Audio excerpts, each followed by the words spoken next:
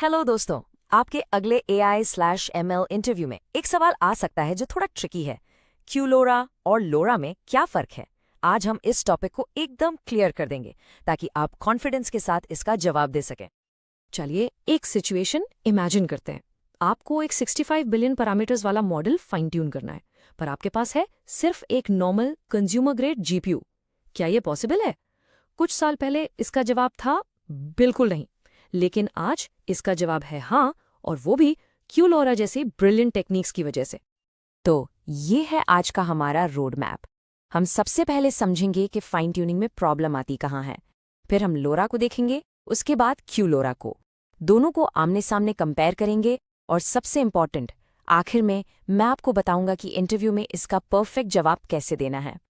तो सबसे पहले आखिर ये फाइन ट्यूनिंग इतनी बड़ी चैलेंज क्यों है? सोचो कि एक बड़ा मॉडल एक विशाल लाइब्रेरी की तरह है।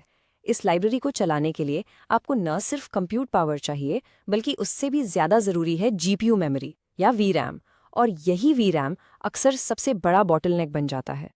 बेसिकली ये वीरैम की कमी एक दीवार की तरह खड़ी हो जाती है। लेकिन जहां प्रॉब्लम है वहां सोल्यूशन भी है, राइट? और AI रिसर्चर्स ने इस दीवार को तोड़ने के लिए दो बहुत ही स्मार्ट टूल्स बनाए हैं। पहला है लोरा और दूसरा है क्यू लोरा। चलिए इस प्रॉब्लम के पहले सोल्यूशन की बात करते हैं, लोरा। ये इस मेमोरी प्रॉब्लम का पहला बहुत ही एलिगेंट सोल्यूशन था। लोरा का आइडिया ना बड़ा ही सिंपल है। इमेजिन कीजिए कि आप एक शेफ हैं और आपके पास एक परफेक्ट वेल टेस्टेड रेसिपी है। अब आपको इस डिश का एक नया वर्जन बनाना है, तो आप पूरी रेसिपी शुरू से नहीं बदलोगे ना। आप बस कुछ नए मसाले यानी इंग्रेडिएंट्स ऐड कर दोगे। लोरा बिल्कुल यही करता है। ये पूरे मॉडल को नहीं छेड़ता, बस उसमें कुछ छोटे छोटे ट्रेनेबल लेयर्स ऐड कर देता है। तो इसका अप्रोच क्या है? बहुत स्मार्ट। आप मॉडल के जो अरबों ओरिजिनल वेट्स हैं उनको फ्रीज कर देते हैं, मतलब उनको ट्रेन नहीं करते, और ट्रेनिंग सिर्फ इन नए छोटे अडेप्टर लेयर्स पर होती है। नतीजा, फुल फाइन ट्यूनिंग के मुकाबले वीरैम की जरूरत काफी कम हो जाती है। लोरा एक गेम चेंजर था, नो डाउट, लेकिन AI कम्युनिटी हमेशा आगे देखती है। सवाल उठा, क्या हम इससे भी ज्यादा एफिशिएंट हो सकते हैं? और उस सवाल का जवाब बनकर आया क्यू लोरा। तो क्यू लोरा में ये क्यू क्या है?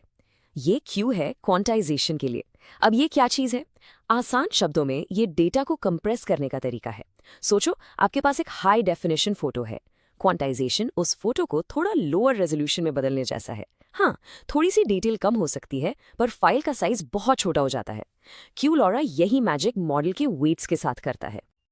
तो QLORA की सीक्रेट रेसिपी क्या है? ये दो पावरफुल आइडियाज को जोड़ता है। एक तरफ लोरा के स्मार्ट अडेप्टर्स और दूसरी तरफ क्वांटाइजेशन की कंप्रेशन पावर। ये एक डबल अटैक है मेमोरी प्रॉब्लम पर। हम ना सिर्फ कम पैरामीटर्स ट्रेन कर रहे हैं, बल्कि हम उन्हें एक पहले से ही कंप्रेस्ड छोटे मॉडल पर ट्रेन कर रहे हैं। इससे मेमोरी सेविंग्स जबरदस्त हो जाती हैं। ओके, तो अब हमने लोरा और क्यू लोरा दोनों को समझ लिया है। अब वक्त है इनका आमना सामना करवाने का। Let's put them head to head और देखते हैं कि इनमें मेन डिफरेंसेस क्या हैं। अगर हाई लेवल पर देखें तो दोनों में एक ही फंडामेंटल फर्क है। दोनों लो रैंक अडेप्टर्स यूज करते हैं, पर क्यू लोरा उन अडेप्टर्स को एक क्वांटाइज्ड मॉडल के ऊपर यूज करता है, और ये एक एक्स्ट्रा स्टेप सारा गेम बदल देता है।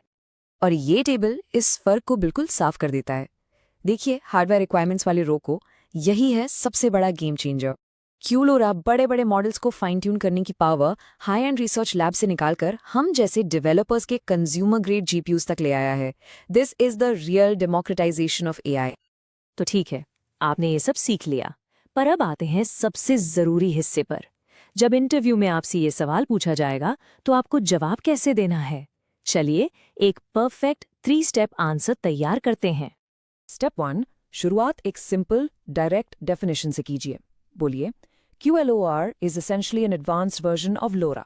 It builds upon LoRa's technique by incorporating quantization to achieve even greater memory efficiency.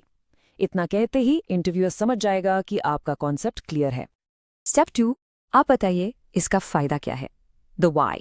आप कहेंगे, The key advantage of this is that it enables us to fine-tune extremely large models, like a 65 billion parameter model on a single consumer-grade GPU, something that was previously impossible. ये आपकी practical understanding को show करता है। और आखिरी step 3 जो आपको एक सीनियर इंजीनियर की तरह प्रेजेंट करेगा, ट्रेड ऑफ बताना। बोलिए, of course there's a trade-off. LoRa works with the original full precision model, whereas QLoRa's quantization slightly reduces the model's numerical precision. However, in practice, this minor loss in precision is often an acceptable trade-off for the massive memory savings. ये जवाब perfect है। तो ये था LoRa और QLoRa का complete breakdown. हमने देखा कि कैसे AI कम्युनिटी मेमोरी जैसी बड़ी प्रॉब्लम्स को सॉल्व करने के लिए क्रिएटिव सॉल्यूशंस लाती है। हमने मेमोरी का बॉटलनेक तो काफी हद तक सॉल्व कर लिया है, पर सोचिए AI डेवलपमेंट में अब अगला बड़ा बॉटलनेक क्या होगा? इस सवाल के साथ मैं आपको छोड़ती हूँ। देखने के लिए शुक्रिया।